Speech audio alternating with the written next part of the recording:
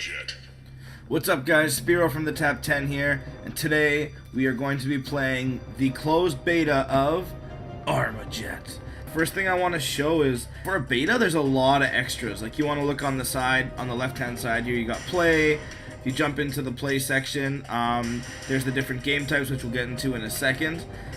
We've got your armory. Armory is amazing. This is where all your guns are. Next we're going to jump into the store. And if you go into the store, you see right away, it looks like CSGO. There's crates that you can buy, and within those crates, you can get certain items. Next, we're going to jump into our profile. It's pretty basic. You can see my name. You get to create your clan here once you reach level 5. You get to create a badge. I use the Mob Crush badge just because I was streaming this game the other day. The flight suit is really cool. There are different types of flight suits available in this game. There's Scout, which is more for your sniper, long range. Prototype is what you start the game with. I think it's kind of a mesh of all of them. Titan is super big and heavy. I think this is what you want to use if you're using a shotgun. It gives you a bit more armors because you're going to have to battle people up close, so you really want to make sure that you're armored up. And then the one that I have right now on is Mach. I use more of a machine gun, so Mach seems to be a nice cross between a good flying ability as well as the ability to get close to people and not have maximum damage done to you. The one thing about the bigger ones, like the Titan, is they do run out of juice quicker. When I talk about juice, I'm talking about the rockets on your back, and we'll get to that as soon as we jump into the gameplay. Let's look at the available games. You've got Team Deathmatch. It's 4v4 right now. To be honest, with the maps, I think this is probably the best case scenario. The maps are somewhat small for now, and that's what makes it cool, and it keeps the action going all the time. Free-for-all is very self-explanatory, you versus the other 7 guys. Same with Capture the Flag. It's a simple game of Capture the Flag. You need to grab your enemy's flag and keep yours safe. Shield Rush is a kind of unique game type. Basically, you play as a team 4-on-4, and there's shields all over the place, and you're trying to kill your opponents while collecting the most shields. We're about to jump into a team deathmatch, but before we do, we get about 40 seconds before and in between matches. You get the ability to vote on the next map on the right, but more importantly, you get to see your team's loadout and the other team's loadout. And this is important because you can change in between matches to better suit what your team is going to be doing.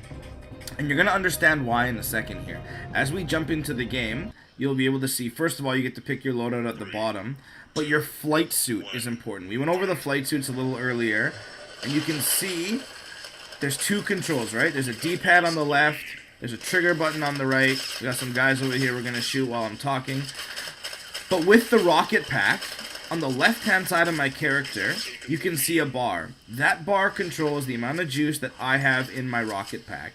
Now, if you choose a heavier flight suit, like a Titan, for example, this depletes so much faster. If you're playing against a team full of high flyers that are going to be in the air a lot, you're not going to want to use the Titan because you essentially become a sitting duck. You don't have the ability to run away from them. The D-pad control itself is unbelievable. You can see that wherever I put my thumb, the D-pad is following me, anywhere in this bottom left corner here. It's great for people, especially like me, with big fat thumbs. I hate being constricted by having your thumb only within a certain area. Anytime you lift your thumb off the screen, it moves the D-pad with you, so the responsiveness is awesome. It controls north, south, east, and west. North and south, obviously, using your jetpack. East and west, when you're walking, they're not using your jetpack, so you get to consume that energy, which you're going to need to avoid. Now, the trigger button, again, very simple. Anywhere in the bottom right corner, I put my thumb, my gun shoots. The circle above my character's head, very simply, is the amount of bullets I have left in my chamber. As it reloads, it gets a lot faster, it gets more powerful. You want to make sure that you're not wasting all your ammo when you're in an in-tight battle, because then you're going to get stuck, you're a sitting duck once again, and you get screwed. Now, one thing I do want to say is you do not have to aim in this game. There's no aiming whatsoever. In this game, the emphasis is put on 2 things.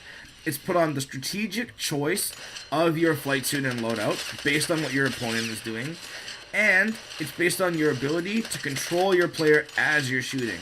What this avoids is you know, those fucking campers in every game that everybody hates, but it also avoids people just standing in a corner and shooting or sniping. This forces you to get involved in the action. And because it's an arena shooter with 4 versus 4 in a small map, it's all about action.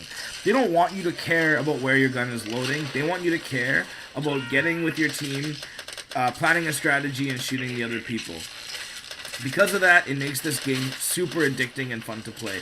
You want to control. I'm using a machine gun that isn't super powerful, so I want to make sure that if I'm getting engaged with people, like this guy who's got a shotgun, I don't want to get too close. There's no way I'm going to beat him in a one-on-one close battle, so you want to try to stay away if you can, and that'll only help you as you gain kills for your team. This game combines shooting in an arena with strategy. When I try to describe it, I basically say for mobile users, it's Vainglory and Critical Ops essentially put together. You need to control an area within a small map using strategy and killing the other team basically to win. So if I had to describe it to mobile users, it's Vainglory plus Critical Ops equals Armajet plus because Armajet is just an awesome game. So 8.5 out of 10. Thanks for watching, guys. This has been Spiro with the TAPTEN. I've been streaming this game and I'm going to continue streaming it, so make sure you follow me on Mob Crush. The link is in the description below. Add me as a friend on this game, Retro Games 84, and hopefully we can pwn some noobs together. Peace.